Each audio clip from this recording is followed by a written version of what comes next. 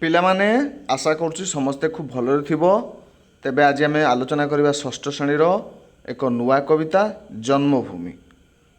ତେବେ ଆଉ ବିଳମ୍ବ ନ କରି ଆରମ୍ଭ କରିବା। ଜନ୍ମଭୂମି କବିତାର କବି ହେଉଛନ୍ତି ପଦ୍ମଚରଣ ପଟ୍ଟନାୟକ, ଯିଏକି ଜନ୍ମଗ୍ରହଣ କରିଥିଲେ 1885 ମସିହାରେ ଏବଂ ମୃତ୍ୟୁବରଣ କରିଥିଲେ 1956 ମସିହାରେ। ସେ ଜଣେ ଜାତୀୟବାଦୀ କବି ଏବଂ ତାଙ୍କର କବିତା ପୁସ୍ତକ ଗୁଡ଼ିକ ହେଉଛି ସ୍ୱର୍ଣ୍ଣରେଣୁ, ପଦ୍ମ ପାଖୁଡ଼ା, ସୂର୍ଯ୍ୟମୁଖୀ, ଆଶା ମଞ୍ଜରୀ, ଗୋଲାପ ଗଛ ଓ ସୁନାର ଦେଶ ଇତ୍ୟାଦି। ଏହା ବ୍ୟତୀତ ସେ Martin Luther, Mahatma Gandhi, Napoleon, Fakirmohan ପ୍ରଭୃତି କେତେଖଣ୍ଡ ଜୀବନୀ ପୁସ୍ତକ ମଧ୍ୟ ରଚନା କରିଥିଲେ। ତେବେ ତାଙ୍କର ଏହି କବିତାଟିରେ ଜନ୍ମଭୂମି ପ୍ରତି ମମତା, ଜନ୍ମଭୂମିର ସୌନ୍ଦର୍ଯ୍ୟ ଖୁବ୍ ସୁନ୍ଦର ଭାବରେ ବର୍ଣ୍ଣନା କରାଯାଇଛି। ତେବେ ଆମେ ଏହାକୁ ଗାନ କରିବା ସହିତ ଏହାକୁ ଖୁବ୍ ସରଳ ଭାବରେ ବୁଝିବା ପାଇଁ ଚେଷ୍ଟା କରିବା। ପିଲାମାନେ ଭିଡ଼ିଓଟିକୁ ଶେଷ ପର୍ଯ୍ୟନ୍ତ ଦେଖିବ। ଯେ ଦେଶେ ଜନ୍ମିଛି ମୁହିଁ ଅଛି ଯେଉଁ ଦେଶେ, ଯେ ଦେଶର ବାୟୁ ବହେ ନିଶ୍ୱାସେ ପ୍ରଶ୍ୱାସେ, ଯେ ଦେଶର ରବି ତାପ କିରଣ ଭିତରେ ତୃଷା ମେଣ୍ଟେ, ଯେ ଦେଶର ସ୍ନିଗ୍ଧ ସ୍ୱଚ୍ଛ ଜଳେ।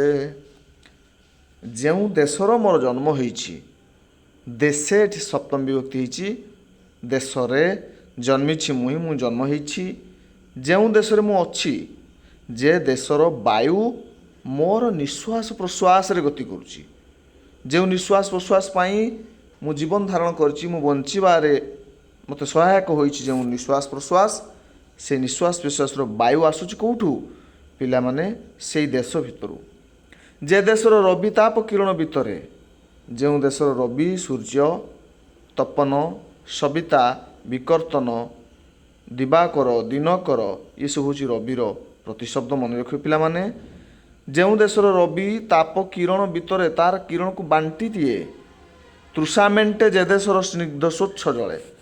ଯେଉଁ ଦେଶର ସ୍ୱଚ୍ଛ ଜଳକୁ ପାନ କରି ମୋର ତୃଷା ମେଣ୍ଟେ।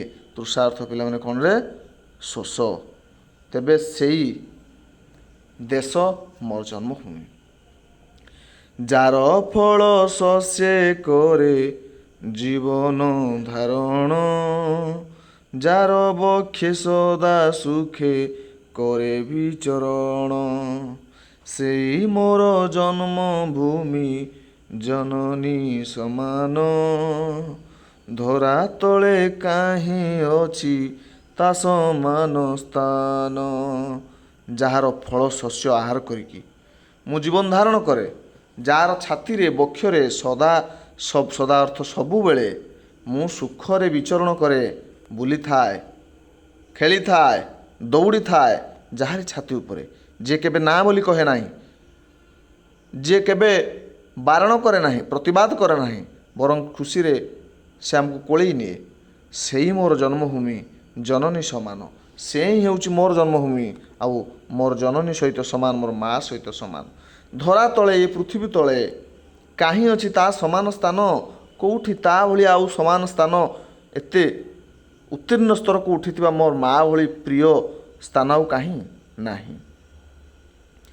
ଯେ ଦେଶେ ଅଛନ୍ତି ମୋର ପ୍ରିୟ ପରିବାର, ଦୟାମୟ ପିତା ପୁଣି ଜନନୀ ମୋହର, ସ୍ନେହର ପିତୁଳା ଭାଇ ଭଉଣୀ ସକଳେ, ଶୋଭନ୍ତି ଫୁଟିଲା ଫୁଲ ପରି ମୋର ଘରେ। ଯେଉଁ ଦେଶରେ, ଯେଉଁ ଜାଗାରେ ମୋର ପ୍ରିୟ ପରିବାର ଅଛନ୍ତି। ପରିବାର ପିଲା କାହାକୁ ନେଇକି ଗଠିତରେ? କେବଳ ବାପା ମା ଆଉ ପିଲା ଭାଇ ଭଉଣୀଙ୍କୁ ନେଇକି ନୁହଁ, ସେଠି ଜେଜେବାପା ଜେଜେମା ସମସ୍ତେ ଥାଆନ୍ତି, ଦାଦା ଖୁଡ଼ି, ଯେଉଁ ଯୌଥ ପରିବାର, ଏହାକୁ ଯୌଥ ପରିବାର କୁହାଯାଏ, ଯେଉଁଠି ସମସ୍ତେ ମିଶିକି ରହୁଥାନ୍ତି ଆଉ କେଡ଼େ ଖୁସିରେ ରହୁଥାନ୍ତି। ପିଲାମାନେ ଆଜିକା ସମୟରେ ଧୀରେ ଧୀରେ ଯୌଥ ପରିବାର ଧୀରେ ଧୀରେ କ'ଣ ହେଲାଣି ନା ଭାଙ୍ଗିଗଲାଣି, ଆଉ ଦେଖାଯାଉ ନାହିଁ ପ୍ରାୟତଃ। ତେଣୁ ଏବେ ସମସ୍ତେ କ'ଣ ଏକକ ପରିବାର ଦେଖାଯାଉଛି, ଯେଉଁଠିକି ବାପା ମା ପିଲା ଛୁଆ ଆଉ ବୁଢ଼ାବୁଢ଼ୀ ବା ଜେଜେବାପା ଜେଜେମା ମଧ୍ୟ ସେଠି ରହୁନାହାନ୍ତି, ବରଂ ତାଙ୍କର ସ୍ଥାନ ଅନାଥ ଆଶ୍ରମ ହୋଇଗଲାଣି, ତାଙ୍କର ସ୍ଥାନ ବୃଦ୍ଧାଶ୍ରମ ହୋଇଗଲାଣି। ତେଣୁ ବର୍ତ୍ତମାନ केवल यही परिवार भितर रहुचंती हेले एठी कहउचंती जोउठी मोर प्रिय परिवार रहुचंती दयामय पिता पुणी जननी मोहर मोर पिता को एठी दयामय बोली वर्णना करा जायछि आउ जननी तो सर्वं सहा ताकू किछि कहवा आवश्यक नहीं पिता दयामय सबु प्रकार से आमको सेवा करती जत्न करती आमर खाଇବା पिवा बंदोबस्त करती आमको भल पाती आमको भविष्य में कौन हबार मार्ग देखाती स्नेहर पितुला भाई भौणी स्नेहर पितुला भाई भौणी समस्ते सकले माने समस्ते स्नेहर पितुला कौन रे अति स्नेहर पितुला स्नेहर मूर्ति स्नेहमयी मूर्ति से भाई भौणी माने शोभंती फुटिला फूल परी मोर घरे शोभंती माने शोभा पाती फुटिला फूल जमी फुटिला फूल शोभा पाए से भाव में शोभा पाती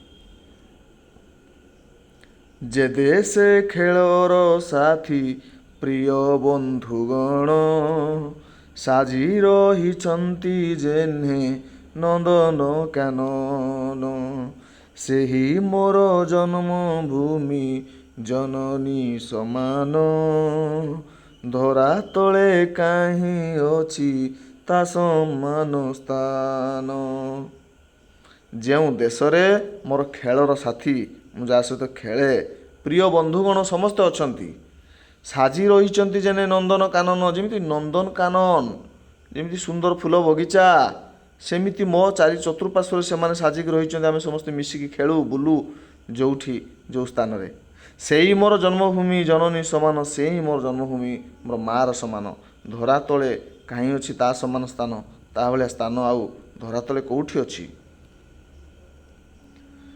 जे देशर गिरी नदी केते शोभा धरे खणी मध्य शोभे मणि मुकुता सागरे असंख्य नक्षत्र शोभे सुनील आकाशे नव जलधर संगे सौदामिनी भासे जो देशर गिरी होची पर्वत नदी केते शोभा धरे केते शोभा धारण करिथांती खणी मध्यरे खणी कौन रे पिला माने माटी तले जोटी सुना रूपा विभिन्न प्रकार रत्न मिली थाए ताको खणी कुआ जाए से कथा कहूची खणी मध्य खणी भितरे शोभा पाए मणि मुकुता ये सब गोटे गोटे रत्न सागर मध्य समुद्र भितर मध्य शोभा पाए मुकुता मणि शोभा पाए खणी मध्य मन रखिबो असंख्य नक्षत्र जोठी चाहिदेले ऊपर को असंख्य नक्षत्र देखा जाए तारका देखा जाए शोभा पाती सुनील आकाश नील आकाश रे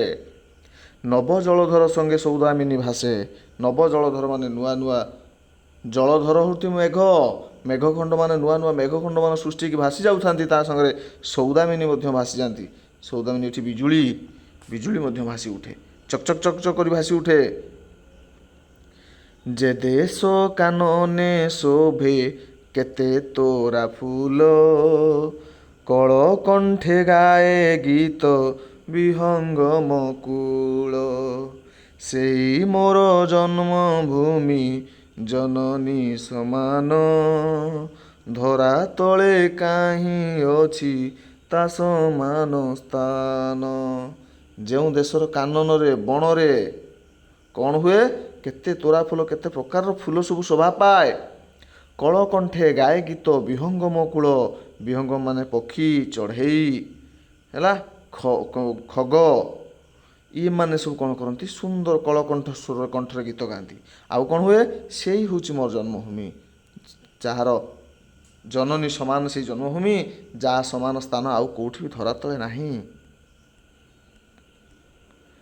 जार अन्न जल खाई शरीर जीवित जहा नामे धरा तले हुए परिचित जहार गौरवे केते सुखर उदय जहार पतने हुए पतन निश्चय जार अन्न जल खाइकी ये शरीर बंची रही जीवित रही जार नामे धरा तले जार नाम रे धरा तले मु परिचित हुए मु ओडिशार लोक ओडिया लोक मु भारतीय ये जो परिचय मु पाए केवल जन्मभूमि पाए जार गौरव रे केते सुखर उदय हुए जेमिति आमे प्रथम श्रेणी अधिकार कले बा आमे फास्ट क्लास पाइले जते खुशी होती तार गौरव रे सेमिति आम जन्मभूमि गौरव पाई आमे बहुत खुशी होती। ଯାହାର ପତନ ହୁଏ, ପତନ ନିଶ୍ଚୟ ଯଦି ଆମ ଜନ୍ମଭୂମିର ପତନ ହେବ ତାହେଲେ ଆମର ମଧ୍ୟ ପତନ ହେବା ଭଳି ହେବ। ପତନ ମାନେ ନଷ୍ଟ, କ୍ଷୟ, ଅବକ୍ଷୟ। ଦୂର ଦେଶେ ଥାଇ ଯାକୁ କରିଲେ ସ୍ମରଣ, ଘାଣ୍ଟି ହୁଏ ମନ ଦୁଃଖେ ଝୁରଇ ନୟନ। ତାହା ଲାଗି ଶରୀରର ରକ୍ତ ବିନ୍ଦୁ ଦାନ, ଯେନ କରେ କୃତଘ୍ନ ସେ ପଶୁର ସମାନ। ଯାହାର ପାଖରୁ ଟିକେ ଦୂରେଇ ଗଲେ, ଦୂର ଦେଶକୁ ଚାଲିଗଲେ, ଯାହାକୁ ସ୍ମରଣ କରି ମନେ ପକାଇ ଭାରି ଖୁସି ଅନୁଭବ ହୁଏ ଏବଂ ଦୁଃଖ ଅନୁଭବ ହୁଏ ତା ପାଖରେ ନଥାନ୍ତି ବୋଲି। ଘାଣ୍ଟି ହୁଏ ମନ, ମନ ଘାଣ୍ଟି ହୁଏ, ଗୋଳେଇ ଘାଣ୍ଟି ହୁଏ, ମୋ ଜନ୍ମଭୂମିକୁ ଫେରିଯିବି। ଦୁଃଖେ ଝୁରଇ ନୟନ, ଦୁଃଖରେ ନୟନରୁ ଲୁହ ଝରି ପଡ଼େ, ମୁଁ ସେଇଠିକି ଟିକେ ଚାଲିଯିବି। ପିଲାମାନେ, ଯେତେବେଳେ ତୁମେ ଆମେରିକା, ଲଣ୍ଡନ ପଳେଇବ, କିଛି ଦିନ ପାଇଁ ରହିବ, ଭଲ ଲାଗିବ, କିନ୍ତୁ ଦେଖିବ ତୁମର ସେଇ ଜନ୍ମଭୂମିର ସେଇ ମନେ ପଡ଼ିବ ଝରଣାର କୁଳୁ କୁଳୁ ନାଦ, ଗଛର ପବନ, ସେଇ ଯେଉଁ ସୁନ୍ଦର ସୁନ୍ଦର ଫୁଲ, ତୁମର ଗାଁ ରାସ୍ତା, ଗାଁ ପୋଖରୀ, ନଈ, ସବୁ କିଛି ମନେ ପଡ଼ିବ। ତାହାରି ଲାଗି ଶରୀରର ରକ୍ତବିନ୍ଦୁ ଦାନ, ସମସ୍ତ ରକ୍ତବିନ୍ଦୁ ମଧ୍ୟ ଆମେ ଦାନ କରିଦେବା ପାଇଁ ପ୍ରସ୍ତୁତ ହୋଇଯିବା ଦରକାର। ଯିଏ ନ କରେ ଏ କଥା ସେ କୃତଘ୍ନ ସମାନ, ପଶୁର ସମାନ। କୃତଘ୍ନ କ'ଣରେ? ଯିଏ ସାହାଯ୍ୟ ପାଇକି, ସୁବିଧା ଉପଭୋଗ କରିକି ତାର ପ୍ରତିଦାନ ଦିଏ ନାହିଁ, ସିଏ ହେଉଛି କୃତଘ୍ନ, ପଶୁର ସମାନ ସିଏ। ତେବେ ପରବର୍ତ୍ତୀ ଦେଖିବା, ଖୋଲି ଦେଖ ଇତିହାସ କେତେ ମହାବୀର, ସ୍ୱଦେଶ ମଙ୍ଗଳେ ଦେଇ ଅଛନ୍ତି ଶରୀର। ନିଜ ସୁଖ ଶାନ୍ତି ଘର ପରିବାର ଭୁଲି, ଦ୍ୱାରେ ଦ୍ୱାରେ ବୁଲିଛନ୍ତି ଘେନି ଭିକ୍ଷା ଝୁଲି। ଦେଖ, ଇତିହାସ ଖୋଲିକି ଦେଖ, କେତେ କେତେ ମହାବୀର ଆମ ଏଇ ଓଡ଼ିଶାରେ ଜନ୍ମଗ୍ରହଣ କରିଥିଲେ। ଏଇଠି ଦେଖିପାରୁଥିବ କେତେ ଅଛନ୍ତି। ଏଠି ମଧୁସୂଦନ ଦାସ ଅଛନ୍ତି, ଗୋପବନ୍ଧୁ ଦାସ ଅଛନ୍ତି, କୃଷ୍ଣଚନ୍ଦ୍ର ଗଜପତି ଦେବ ଅଛନ୍ତି, ବିଜୁ ପଟ୍ଟନାୟକ ଅଛନ୍ତି, ଗଙ୍ଗାଧର ମେହେର ଅଛନ୍ତି, ଫକୀରମୋହନ ସେନାପତି, ସୁଭାଷ ଚନ୍ଦ୍ର ବୋଷ, କୁନ୍ତଳା କୁମାରୀ ସାବତ, ଅନେକ ବୀର ମହାପୁରୁଷମାନେ ଏଠି ଅଛନ୍ତି, ଯେଉଁମାନେ କି ସ୍ୱଦେଶ, ସ୍ୱଦେଶ ମାନେ ନିଜ ଦେଶ ମଙ୍ଗଳ, ମାନେ ଉନ୍ନତି କାମନା କରି, ଭଲ ପାଇଁ, ତାଙ୍କର ମଙ୍ଗଳ ପାଇଁ ତାଙ୍କ ନିଜ ଶରୀର ଦାନ କରିଦେଇଛନ୍ତି। ନିଜ ସୁଖ ଶାନ୍ତି ଘର ପରିବାର ଭୁଲି, ନିଜର ସୁଖ ଶାନ୍ତି ଘର ପରିବାର ଇଏ ସବୁକୁ ଭୁଲିକି ସେ ଦେଶର ଚିନ୍ତା କରିଛନ୍ତି। ଯେମିତି ମନେ ଥିବ ତୁମର ଗୋପବନ୍ଧୁଙ୍କର କଥା, ଗୋପବନ୍ଧୁ ନିଜ ପୁଅକୁ ରୋଗ ଶଯ୍ୟାରେ ଛାଡ଼ି କିଭଳି ଭାବରେ ବନ୍ୟା, ବାତ୍ୟା ପ୍ରପୀଡ଼ିତ ଅଞ୍ଚଳକୁ ଚାଲି ଯାଇଥିଲେ ଚୁଡ଼ା ଚାଉଳ ବାଣ୍ଟିବା ପାଇଁ। ଦ୍ୱାରେ ଦ୍ୱାରେ ବୁଲିଛନ୍ତି ଘେନି ଭିକ୍ଷା ଝୁଲି, ଦ୍ୱାର ଦ୍ୱାରରେ ଭିକ୍ଷା ଝୁଲି ଘେନିକି ବୁଲିଛନ୍ତି ଅନ୍ୟରୁ ସାହାଯ୍ୟ କରିବା ପାଇଁ। ତେଣୁ କେତେ ମହାନ ସେମାନେ, ମୋ ମାଟିର ଏଇ ମହାପୁରୁଷମାନେ। ମୁଣ୍ଡ ଝାଳ ଗୋଡ଼େ ମାରି ଲୋକଙ୍କ ମଙ୍ଗଳେ, ଲେଖି ଯାଇଛନ୍ତି ନାମ ଅକ୍ଷୟ ଅକ୍ଷରେ। କାଳେ କାଳେ ଲୋକ ମୁଖ ଘୋଷେ ତାଙ୍କ ନାମ, ଧନ୍ୟ ତାଙ୍କ ପିତା ମାତା, ଧନ୍ୟ ଜନ୍ମସ୍ଥାନ। ମୁଣ୍ଡ ଝାଳ ଗୋଡ଼େ ମାରିବା କ'ଣରେ ପିଲାମାନେ? ଅର୍ଥାତ୍ ଅଧିକ ପରିଶ୍ରମ କରିବା, ଅଧିକ କଷ୍ଟ ସହିବା, ଯନ୍ତ୍ରଣା ସହିବା ନିଜ ମାଟି ପାଇଁ। ଲୋକଙ୍କର ମଙ୍ଗଳ ପାଇଁ ସେ କଷ୍ଟ ଯନ୍ତ୍ରଣା ସହିଛନ୍ତି, ମୁଣ୍ଡ ଝାଳ ଗୋଡ଼ରେ ମାରିଛନ୍ତି। ଲେଖି ଯାଇଛନ୍ତି ନାମ ଅକ୍ଷୟ ଅକ୍ଷରେ, ସେମାନଙ୍କର ନାମ ବର୍ତ୍ତମାନ ଅକ୍ଷୟ ଅକ୍ଷର। ଅକ୍ଷୟ ମାନେ ଯାହା କ୍ଷୟ ହୁଏ ନାହିଁ, ଅକ୍ଷରରେ ଲେଖାଯାଇଛି, ଇତିହାସର ସୁନେଲି ଅକ୍ଷରରେ ଲେଖାଯାଇଛି। କାଳେ କାଳେ ବର୍ଷ ବର୍ଷ ପର୍ଯ୍ୟନ୍ତ, କାଳ କାଳ ପର୍ଯ୍ୟନ୍ତ ଲୋକମୁଖରେ ତାଙ୍କ ନାମ ରହିଥିବ। ସେମାନେ ଚାଲିଗଲେଣି କିନ୍ତୁ ତାଙ୍କ ନାମ ରହିଛି। କାଲି ଆମେ ଚାଲିଯିବା, ହେଲେ ଆମ ନାମ କେହି ବି ଧରିବେ ନାହିଁ, କାରଣ ଆମେ ସମାଜ ପାଇଁ କିଛି କରିନାହାନ୍ତି। ତ ପିଲାମାନେ ଏଇଠୁ ଶପଥ ନିଅ, ନିଜ ସମାଜ ପାଇଁ, ନିଜ ମାତୃଭୂମି ପାଇଁ କିଛି କରିକି ଦେଖାଅ, ଯାହାଦ୍ୱାରା ପରବର୍ତ୍ତୀ ସମୟରେ ତୁମ ନାମ ମଧ୍ୟ କାଳ କାଳକୁ ରହିଯିବ। ଧନ୍ୟ ତାଙ୍କ ପିତାମାତା, ଧନ୍ୟ ଜନ୍ମସ୍ଥାନ, ସେଇମାନଙ୍କର ପିତାମାତା ଧନ୍ୟ, ସେଇମାନଙ୍କର ଜନ୍ମସ୍ଥାନ ଧନ୍ୟ, ଯେଉଁମାନେ ଯେଉଁଠି ସେ ଜନ୍ମଗ୍ରହଣ କରିଥିଲେ। ତେବେ ଆମେ କାହିଁକି ଏମିତି କରିପାରିବାନି? ପିଲାମାନେ ଚେଷ୍ଟା କରିବ, ଭଲ ମଣିଷଟିଏ ହେବ। ଏ ବିଷୟରୁ ଆମେ ଏହି ଶିକ୍ଷା ଗ୍ରହଣ କରିବା ଯେ ଆମେ ନିଶ୍ଚିତ ଭାବରେ ଆମ ଜନ୍ମଭୂମି ପାଇଁ କିଛି କରିକି ଦେଖାଇବା। ଧନ୍ୟବାଦ ସମସ୍ତଙ୍କୁ ଭିଡ଼ିଓଟିକୁ ଶେଷ ପର୍ଯ୍ୟନ୍ତ ଦେଖିଥିବାରୁ। ପିଲାମାନେ, ପରବର୍ତ୍ତୀ ସମୟରେ ଆମେ ଏହାର କ୍ୱେଶ୍ଚନ୍ ଆନ୍ସର୍ ଆଲୋଚନା କରିବା, ଅପେକ୍ଷା କରିବ। ନହେଲେ ନ ପାଇଲେ ସର୍ଚ୍ଚ କରିବ, ଜନ୍ମଭୂମି ଭାଇ ସଞ୍ଜୟ ସାର୍ ଓଡ଼ିଆ ମାରିଲେ ବାହାରି ଆସିବ। ଧନ୍ୟବାଦ ସମସ୍ତଙ୍କୁ।